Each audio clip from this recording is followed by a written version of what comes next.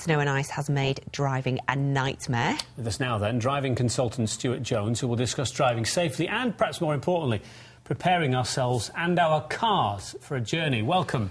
That's the key, isn't it? Preparation before setting out? Yeah, preparation. I always say to remember the 3 Ps, because I love the snow, I really do. A big kid wanting to get out, really. So I do love the snow, but you've got to respect it. So if you remember the 3 Ps, which is preparation, planning, and pace. OK. Those are writing them down here. Yeah, absolutely. Well, let's start with preparation, then.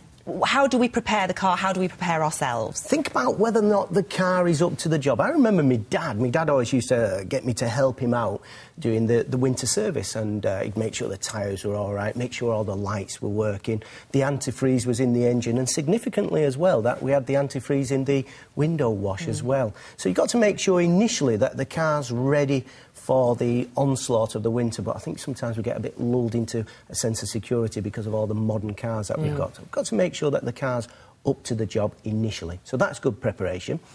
Before we go out on the journey, though, think about the car itself as far as the windows. Are all the windows clear? How many times do you see people driving portholes. around? Yeah, little letterbox. Porthole through the ice or a letterbox. And this is common sense, but people are still doing it, aren't they? Well, that's right, yeah, and it's worth remembering that if the police see that, they count it as a danger to other road users. So, I mean, you can get a very hefty fine through not cleaning your windows off.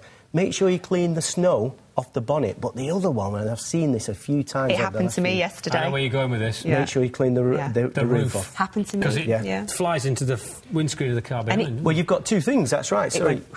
For me. Oh, yes, you've run a hill. Yeah. That's even worse. And it shocked me more than anything. I was really shocked that I couldn't see, and I was like, ooh, you know. Because what happens is the car heats up, the bottom surface of the snow melts, and then as you brake, it comes down. It's a complete whiteout, and I will guarantee you'll only do that once because it's such a scary thing, isn't it? So you've got to make sure you just brush off the roof. So that's your preparation. We're pressed for time. We really pace is the key one at the end there, is it? Is it just drive slowly? Yeah, pace. Give yourself a drive at a pace that enables you to observe the road conditions and certainly observe the other road users. Give yourself a nice distance away from people so that you can make sure that you're driving, keeping the car going, and also that you're driving at a pace where everything's nice and smooth. So nice, smooth steering inputs, nice and smooth on the brakes, feeding the brakes out, and also being nice and smooth with the accelerator. If you can do that and drive at that sort of pace, then that will enable you to keep traction. But all that goes out the window if you don't give yourself enough time, so plenty of time. Wonderful. Unfortunately, we've got to stop there. Okay. We're out of time.